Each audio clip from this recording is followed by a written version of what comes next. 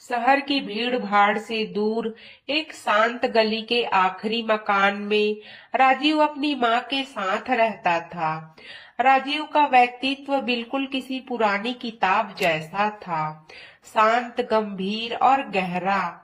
उसके पिता के गुजर जाने के बाद घर की दीवारों में छाई खामोशी को सिर्फ उसकी माँ के सिलाई मशीन की आवाज तोड़ती थी। राजीव पढ़ाई में अव्वल था, लेकिन उसकी आंखों में हमेशा एक जिम्मेदारी का बोझ रहता था।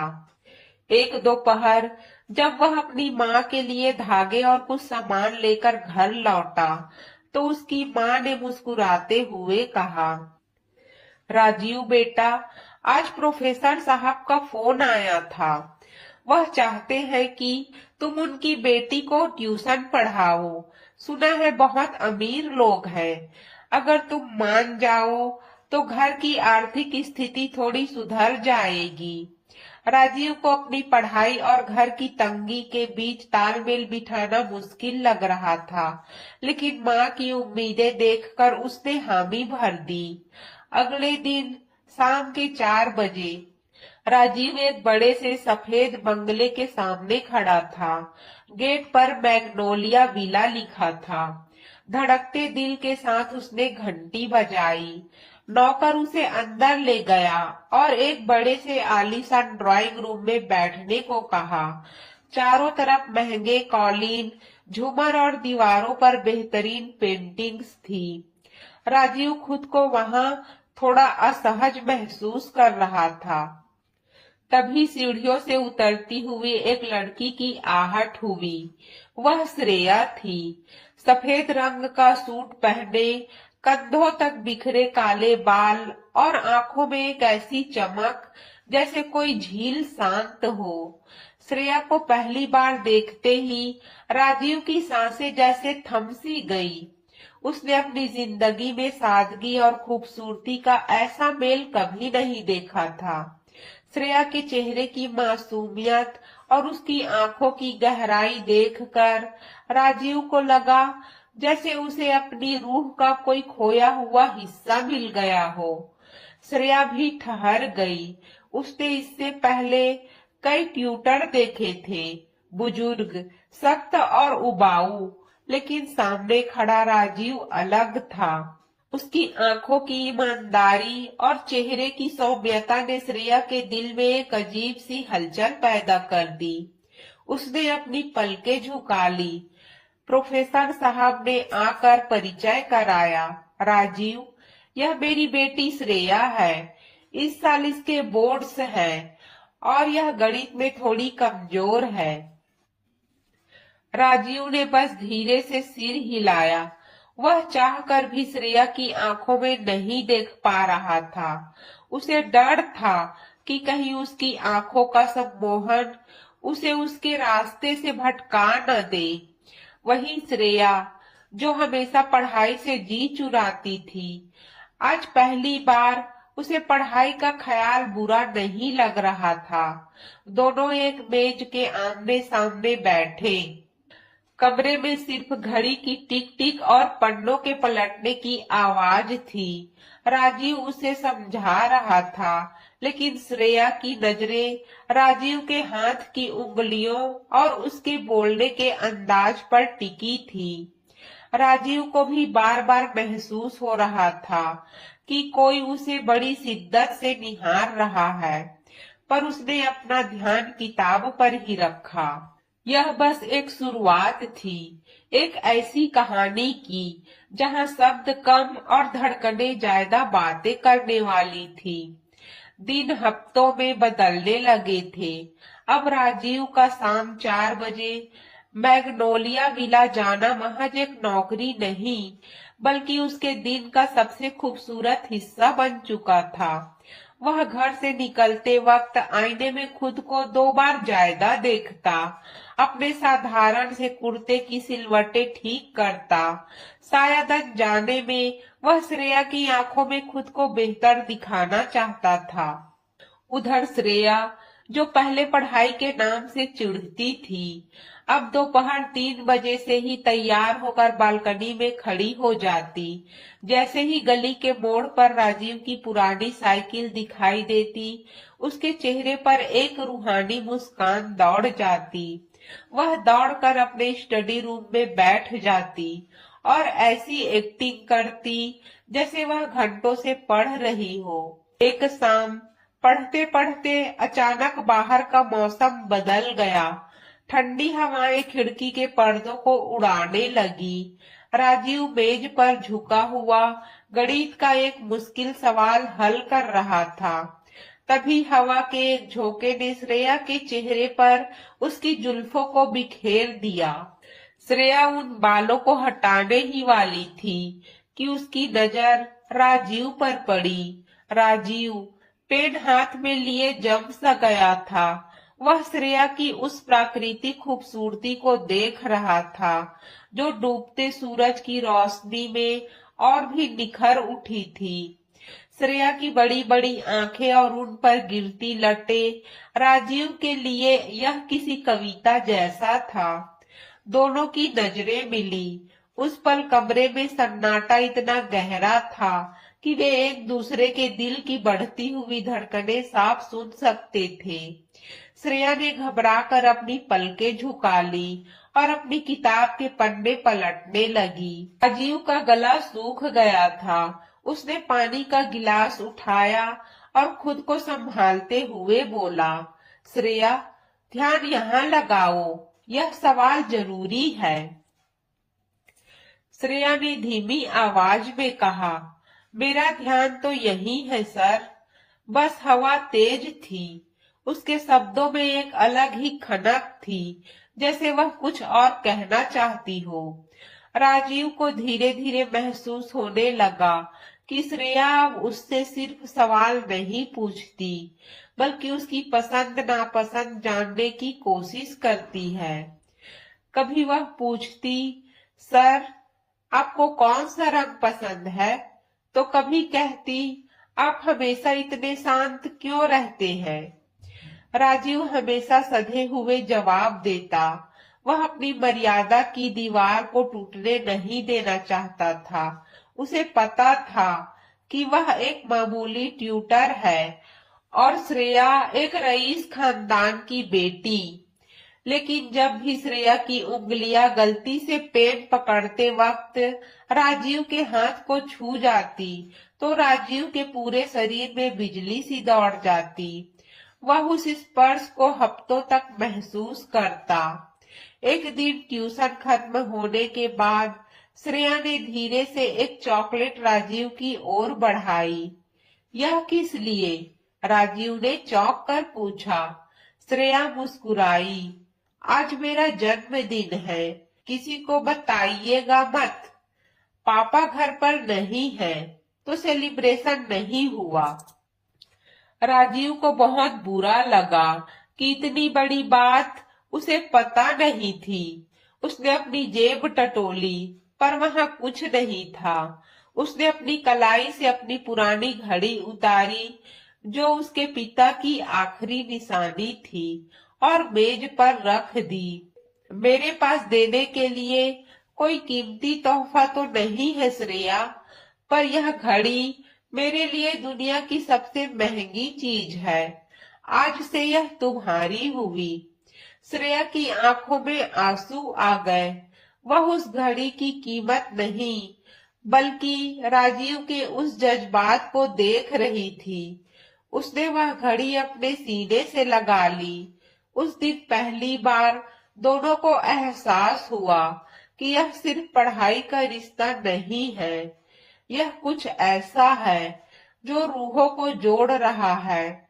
लेकिन इसी बीच घर के पुराने नौकर काका ने उन्हें चुपके से दरवाजे के पीछे से देख लिया था।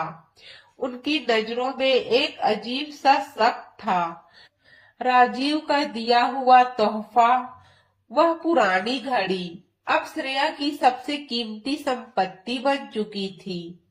वह उसे पहनती नहीं थी, बल्कि अपने तकिए के नीचे छुपा कर रखती थी, ताकि सोते समय भी उसे राजीव के करीब होने का एहसास हो।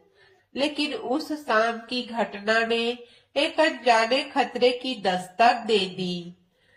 अगले दिन शाम को जब राजीव ट्यूशन पढ़ाने पहुंचा तो आसमान गहरे काले बादलों से ढका हुआ था। हवाओं में एक अजीब सी बेचैनी थी। प्रोफेसर साहब किसी जरूरी सेमिनार के सिलसिले में शहर से बाहर गए हुए थे और घर के नौकर भी पिछले हिस्से में बने कमरों में चले गए थे। आलीशान बंगले के उस बड़े से स्टडी रूम में सिर्फ राजीव और श्रेया थे।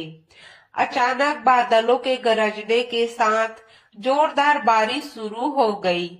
देखते ही देखते बिजली गुल हो गई और पूरा बंगला अंधेरे की चादर में लिपट गया।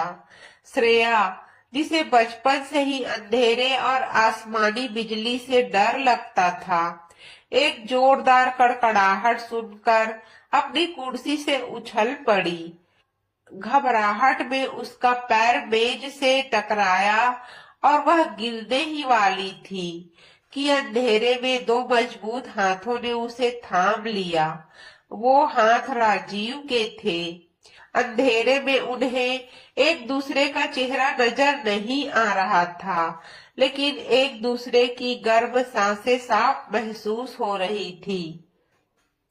श्रेया ने डर के मारे राजीव की कमीज को कसकर पकड़ लिया और अपना चेहरा उसके सीने से सटा दिया।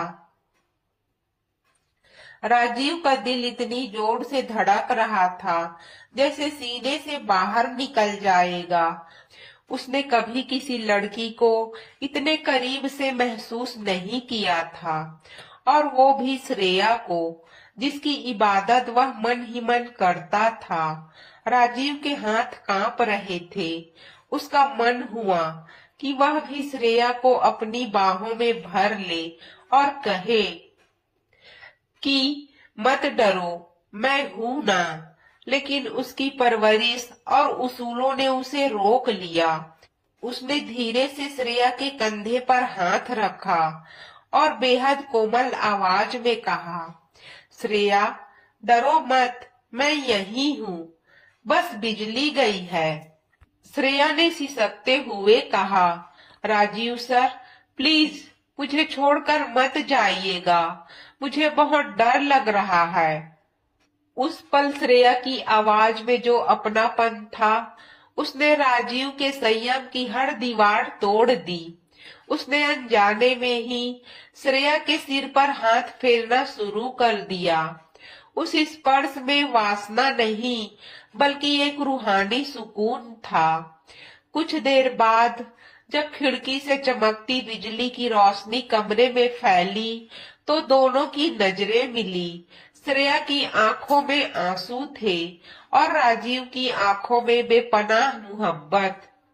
बिना एक शब्द बोले दोनों ने एक दूसरे की आंखों में वो सब पढ़ लिया जो वे महीनों से छुपा रहे थे। वे जानते थे कि वे एक दूसरे के प्यार में इस कदर गिर चुके हैं जहां से वापस जाना मुमकिन नहीं। राजीव ने धीरे से अपना हाथ श्रेया के चेहरे की ओर बढ़ाया और उसकी आंखों के किनारे जमे एक आंसू को अपनी उंगली से पोंछा। वह पल ऐसा था जैसे वक्त ठहर गया हो। तभी अचानक कमरे के बाहर किसी के चलने की आवाज आई। राजीव और श्रेया तुरंत एक दूसरे से अलग हो गए। राजीव ने जल्दी से अपने फोन की टॉर्च जलाई। दरवाजे पर कोई नहीं था, लेकिन जमीन पर एक परछाई तेजी से ओझल होती दिखाई दी। राजीव को शक हुआ कि कोई उन्हें देख रहा है। क्या वो काका थे या कोई और जो इस घर की शांति को भंग करना चाहता था? अगले दिन जब राजीव घर पहुंचा तो उसकी माँ के चेहरे पर हवाइयां उड़ रही थी। उसके घर के बाहर एक काली बड़ी गाड़ी खड़ी थी। अंदर प्रोफेसर साहब बैठे थे। प्रोफेसर साहब की आंखें गुस्से से लाल थी। वह राजीव की ओर देखते हुए कड़क आवाज में बोले, राजीव, मैंने तुम्हें अपनी बेटी का भविष्य बनाने के लिए बुलाया था, उसकी जिंदगी के साथ खेलने के लिए नहीं। राजीव सन्न रह गया। उसकी माँ की आंखों में अपमान के आंसू थे। प्रोफेसर साहब की कड़कती आवाज राजीव के घर की दीवारों से टकराकर उसे भीतर तक छलनी कर रही थी। राजीव की माँ कोने में खड़ी कांप रही थी। उन्होंने कभी सपने में भी नहीं सोचा था कि उनका बेटा, जो उनकी आंखों का तारा और शहर भर में अपनी सादगी के लिए मशहूर था, उस पर ऐसा इल्जाम लगेगा। प्रोफेसर साहब ने चिल्लाकर कहा, राजीव, तुम्हारी हिम्मत कैसे हुई मेरी बेटी को यह घड़ी देने की? और उस रात जब मैं घर पर नहीं था, तुम उसके इतने करीब क्या कर रहे थे? मेरे वफादार नौकर ने सब देख लिया है। राजीव का सिर शर्म और दुख से झुक गया। वह चाहता तो वह कह सकता था कि वह प्यार करता है। वह चाहता तो कह सकता था कि उस रात वह सिर्फ श्रेया का डर दूर कर रहा था। लेकिन उसे पता था कि एक गरीब ट्यूटर की सच्चाई एक अमीर बाप के गुस्से के आगे फीकी पड़ जाएगी। उसने बस इतना कहा, सर, मेरा इरादा गलत नहीं था। चुप रहो, प्रोफेसर साहब ने बीच में ही टोक दिया।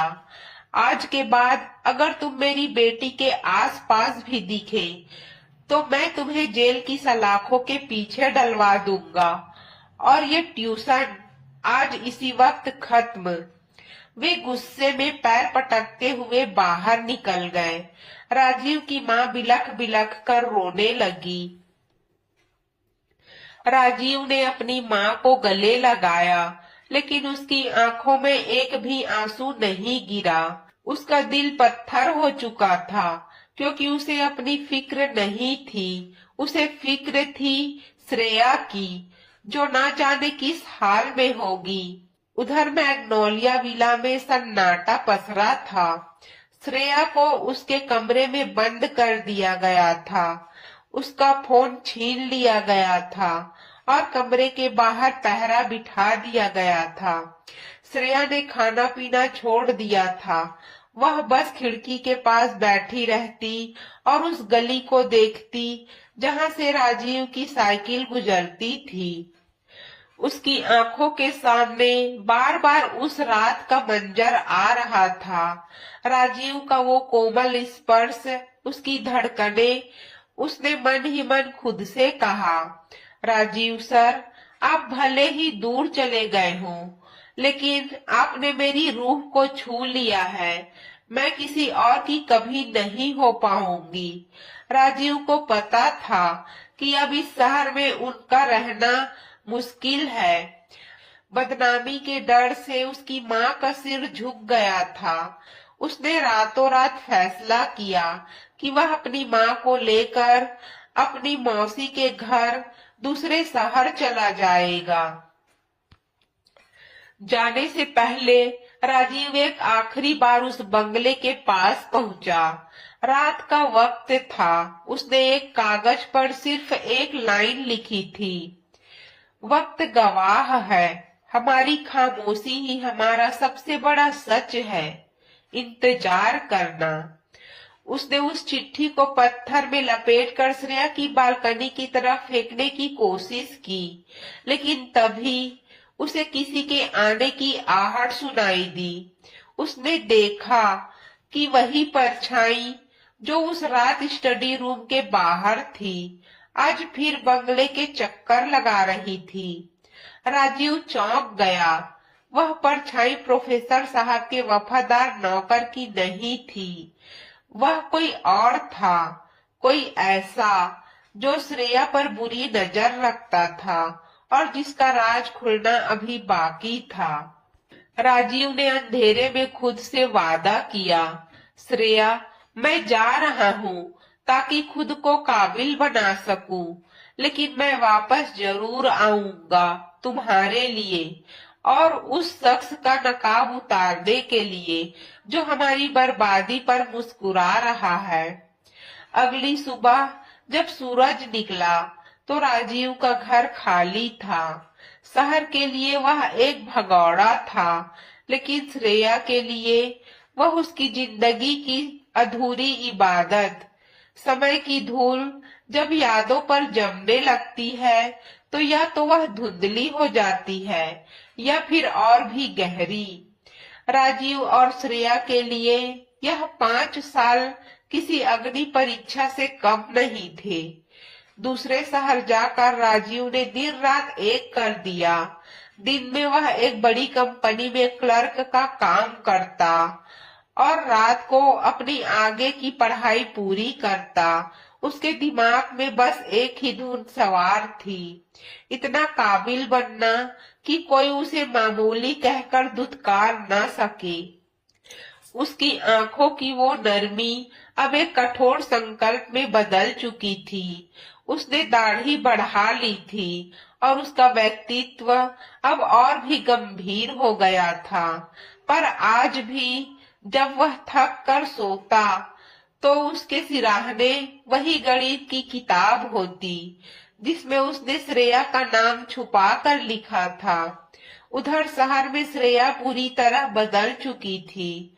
उसने बोलना लगभग छोड़ दिया था। वह अपने पिता की हर बात मानती, लेकिन उसकी आंखों में कोई चमक नहीं थी। प्रोफेसर साहब को लगता था कि वक्त के साथ श्रेया राजीव को भूल गई है, इसलिए उन्होंने उसकी शादी की बातें शुरू कर दी थी। प्रोफेसर साहब का एक दूर का रिश्तेदार था, विक्रांत। वह दिखने में बहुत शालीन और सभ्य था, लेकिन उसकी आंखें वही थी जो उस रात बंगले के बाहर परछाई बनकर घूम रही थी। विक्रांत ने प्रोफेसर साहब का भरोसा जीत लिया था और अब वह श्रेया से शादी कर इस पूरी जायदाद का मालिक बनना चाहता था। एक शाम श्रेया अपनी पुरानी अलमारी साफ कर रही थी, तभी उसे दराज के गुप्त कोने में वह पुरानी घड़ी मिली जो उसके पिता ने राजीव से छीन ली थी। उसने देखा कि घड़ी अभी भी चल रही थी, टिक टिक की आवाज जैसे कह रही हो कि वक्त अभी थमा नहीं है। तभी कमरे में विक्रांत दाखिल हुआ। उसने श्रेया के हाथ में वो घड़ी देखी और उसके चेहरे पर एक कुटिल मुस्कान आ गई। उसने धीरे से कहा, श्रेया, पुरानी चीजों को जितना जल्दी फेंक दोगी, आने वाली जिंदगी उतनी ही आसान होगी। श्रेया ने घड़ी को अपनी मुट्ठी में भींच लिया और पहली बार अपनी आवाज उठाई। कुछ चीजें पुरानी होने पर और कीमती हो जाती है विक्रांत, और कुछ यादें कभी नहीं मरती। विक्रांत की आंखों में गुस्सा चमक उठा, पर उसने खुद को काबू में रखा। उसे लगा कि राजीव तो अब इस शहर में है ही नहीं, तो उसे डरने की क्या जरूरत। उसी हफ्ते शहर में एक बहुत बड़े बिजनेस सेमिनार का आयोजन हुआ। प्रोफेसर साहब को मुख्य अतिथि के रूप में बुलाया गया था और श्रेया भी उनके साथ थी। शहर के नए उभरते हुए यंग बिजनेसमैन को वहां सम्मानित किया जाना था।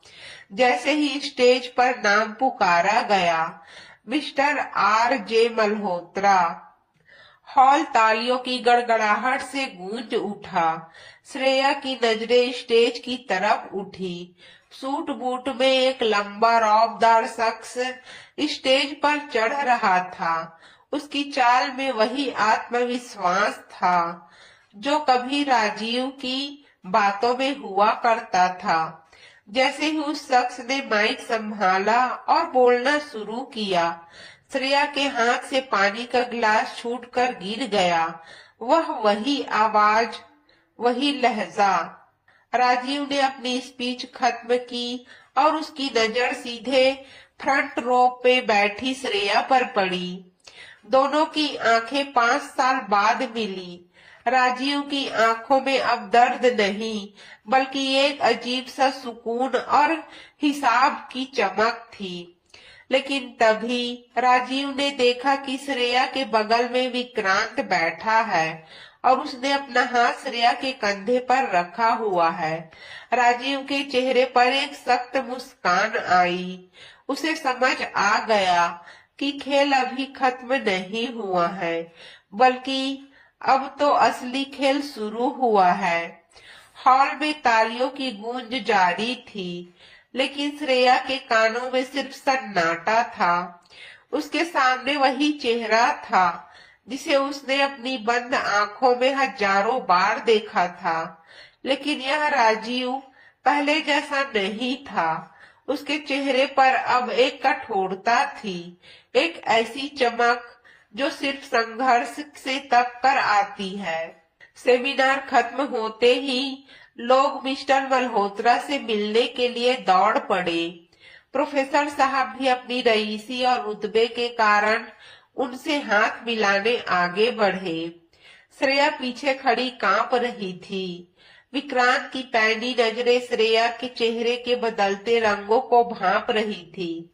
प्रोफेसर साहब ने बड़े गर्व से कहा, मिस्टर मल्होत्रा, आपकी स्पीच सुनकर दिल खुश हो गया।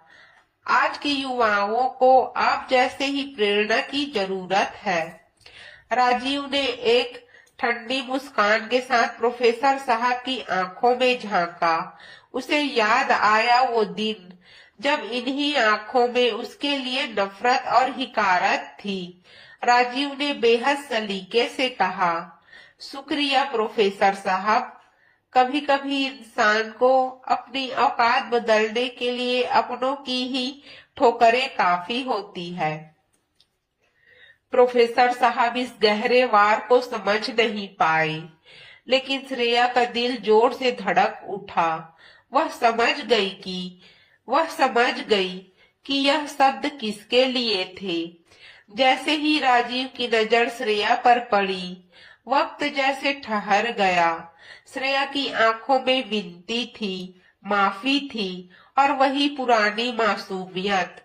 राजीव का मन हुआ कि सब कुछ भूलकर उसे गले लगा ले, लेकिन तभी उसने देखा विक्रांत ने बड़े अधिकार के साथ श्रेया का हाथ थाम लिया है। विक्रांत ने आगे बढ़कर कहा, हेलो मिस्टर मल्होत्रा, मैं विक्रांत हूँ, श्रेया का होने वाला मंगेतर।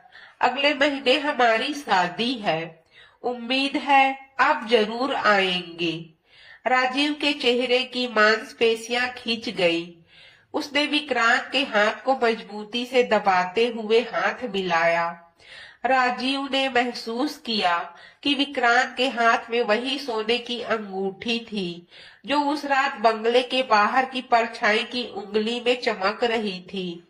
राजीव को अपना सुराग मिल चुका था। उसने धीमी लेकिन भारी आवाज में कहा, शादी? जरूर, मैं उन शादियों में जरूर जाता हूँ जहाँ कुछ राज दफन होते हैं। भीड़ का फायदा उठाकर जब प्रोफेसर साहब और विक्रांत लोगों से बात करने में व्यस्त थे, राजीव श्रेया के बगल से गुजरा।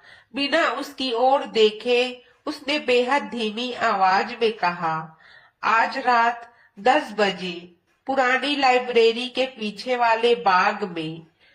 अगर सच जानना चाहती हो तो आना। श्रेया के पैर जम गए। वह वही जगह थी जहां राजीव उसे कभी गणित के कठिन सूत्र समझाया करता था। रात के 10 बज रहे थे। श्रेया किसी तरह घर से चुपके से निकलकर उस पुराने बाग में पहुंची। वहां अंधेरा था। सिर्फ दूर एक लैंप पोस्ट की धुंधली रोशनी आ रही थी। तभी अंधेरे से एक साया बाहर आया। वह राजीव था। श्रेया की रुलाई फूट पड़ी। वह दौड़कर उसके पास गई, लेकिन राजीव ने उसे छूने से मना कर दिया। राजीव ने रूखी आवाज में कहा, मुझसे दूर रहो श्रेया। तुम अब किसी और की अमानत बनने वाली हो। श्रेया ने रोते हुए कहा, राजीव सर, आप बिना कुछ कहे क्यों चले गए? आपको पता है मेरे साथ क्या हुआ? मैंने हर रोज आपकी उस घड़ी को अपनी धड़कन समझा है। राजीव ने अचानक उसका हाथ पकड़ा और उसे दीवार से सटा दिया। उसकी आंखों में आग थी। तुम जिसे अपना जीवन साथी मान रही हो, क्या जानती हो वो कौन है? उस रात तुम्हारे कमरे के बाहर जो परछाई थी, जिसने तुम्हारे पिता को हमारे बारे में झूठी खबरें दी, वो कोई नौकर नहीं, बल्कि यही विक्रांत था। वह तुम्हारी दौलत के पीछे है श्रेया, और वह तुम्हें बर्बाद कर देगा। श्रेया सन्न रह गई। उसे अपनी आंखों पर विश्वास नहीं हो रहा था। तभी झाड़ियों में कुछ सरसराहट हुई। किसी ने उनकी बातें सुन ली थी। अंधेरे से एक जोरदार हंसी गूंजी। वह विक्रांत था और उसके हाथ में एक लोडेड गन थी। बहुत खूब राजीव, तुमने मुझे पहचान ही लिया, लेकिन अफसोस, अब तुम यह सच किसी को बताने के लिए जिंदा नहीं बचोगे। अंधेरे के सन्नाटे को चीरती हुई विक्रांत की वह डरावनी हंसी बाग की हवाओं में जहर घोल रही थी। राजीव ने बड़ी फुर्ती से श्रेया को अपने पीछे कर लिया। उसकी आंखों में डर नहीं, बल्कि एक शिकारी जैसी चमक थी। विक्रांत ने गन तानते हुए कहा कि आज इस कहानी का अंत यही इसी मिट्टी में हो जाएगा। श्रेया कांपते हुए राजीव के पीछे छिपी थी। उसे समझ नहीं आ रहा था कि जिस इंसान को वह अपना रिश्तेदार समझती थी, वह इतना बड़ा दरिंदा कैसे निकला। विक्रांत जैसे ही ट्रिगर दबाने वाला था, तभी बाग के चारों तरफ से तेज फ्लैश लाइटें जल उठी। विक्रांत की आंखें चौंधिया गई। अचानक पुलिस की गाड़ियों के सायरन गूंजने लगे। विक्रांत घबरा गया। उसने इधर उधर देखा तो पाया कि वह चारों तरफ से घिर चुका है। तभी झाड़ियों के पीछे से प्रोफेसर साहब बाहर निकले। उनकी आंखों में पश्चाताप के आंसू थे और चेहरे पर विक्रांत के लिए नफरत। राजीव ने दरअसल पहले ही प्रोफेसर साहब को एक गुमनाम मैसेज भेजकर यहाँ बुलवा लिया था और विक्रांत के असली मंसूबों का एक ऑडियो रिकॉर्डिंग जो उसने पहले ही हासिल कर लिया था, उन्हें भेज दिया था। विक्रांत को पुलिस पकड़कर ले गई, लेकिन प्रोफेसर साहब की हिम्मत नहीं हो रही थी कि वह राजीव से नजरें मिला सके। उन्होंने कांपते हाथों से राजीव का हाथ थामा और कहा, बेटा, मैंने उस दिन तुम्हारी सादगी और इबादत को नहीं पहचाना। मुझे अपनी रईसी का घमंड था। मुझे माफ कर दो। राजीव ने बस मुस्कुराकर उनके हाथ चूम लिए और कहा, सर, मेरा मकसद आपको नीचा दिखाना नहीं, बल्कि आपकी बेटी को उस भेड़िए से बचाना था। सब कुछ शांत होने के बाद प्रोफेसर साहब ने उसी वक्त फैसला किया कि अब देर करना ठीक नहीं। उन्होंने राजीव और श्रेया की शादी की तारीख पक्की कर दी। शहर के सबसे बड़े होटल में दोनों की शादी का जश्न हुआ। राजीव शेरवानी में किसी राजकुमार से कम नहीं लग रहा था और श्रेया लाल जोड़े में साक्षात अप्सरा लग रही थी। पूरे समारोह के दौरान दोनों की नजरें एक दूसरे से मिलती, पर वे चाह कर भी अपने जज्बात शब्दों में नहीं कह पा रहे थे। समाज और बड़ों के सामने वे अब भी वही पुराने मर्यादा वाले प्रेमी थे। विवाह की रस्में पूरी हुई और अंततः वह रात आई जब दोनों अपने सजे हुए कमरे में एक दूसरे के सामने थे। कमरे में मोगरे की खुशबू फैली हुई थी। श्रेया बेड पर बैठी अपना सिर झुकाए हुए थी और राजीव उसे बस निहार रहा था। राजीव धीरे से उसके पास आया और उसके पास मेज पर वही पुरानी घड़ी रख दी। श्रेया ने सिर उठाकर देखा। उसकी आंखों में खुशी और शरारत दोनों थी।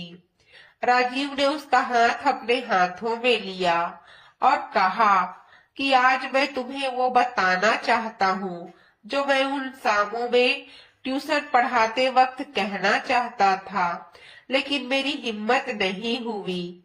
श्रेया, मैं उस पहले दिन से ही तुम्हारे प्यार में पागल था जब तुमने पहली बार गणित का सवाल गलत किया था, सिर्फ इसलिए ताकि मैं तुम्हें दोबारा समझा सकूं।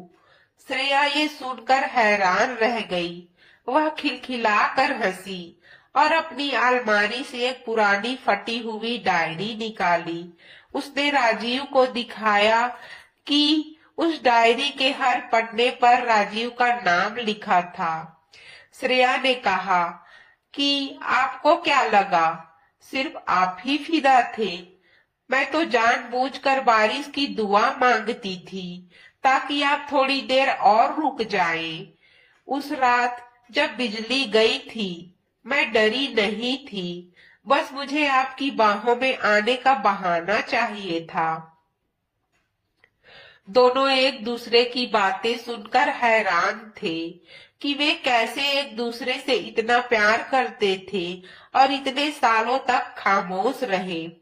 राजीव ने श्रेया को अपने करीब खींचा और उसके माथे को चूमते हुए कहा कि अब हमारे बीच कोई खामोश दीवार नहीं होगी। श्रेया उसके सीने से लग गई और बोली, हमारी मोहब्बत अब खामोश नहीं बल्कि अमर हो गई है।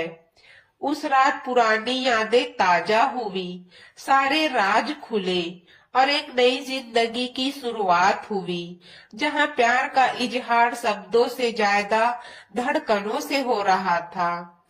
दोस्तों, यह थी श्रेया और राजीव की कहानी। अगर कहानी आपको अच्छी लगी हो तो वीडियो को लाइक करें, चैनल को सब्सक्राइब करें। मिलेंगे एक और नई कहानी के साथ, तब तक के लिए आप सभी का दिल से धन्यवाद।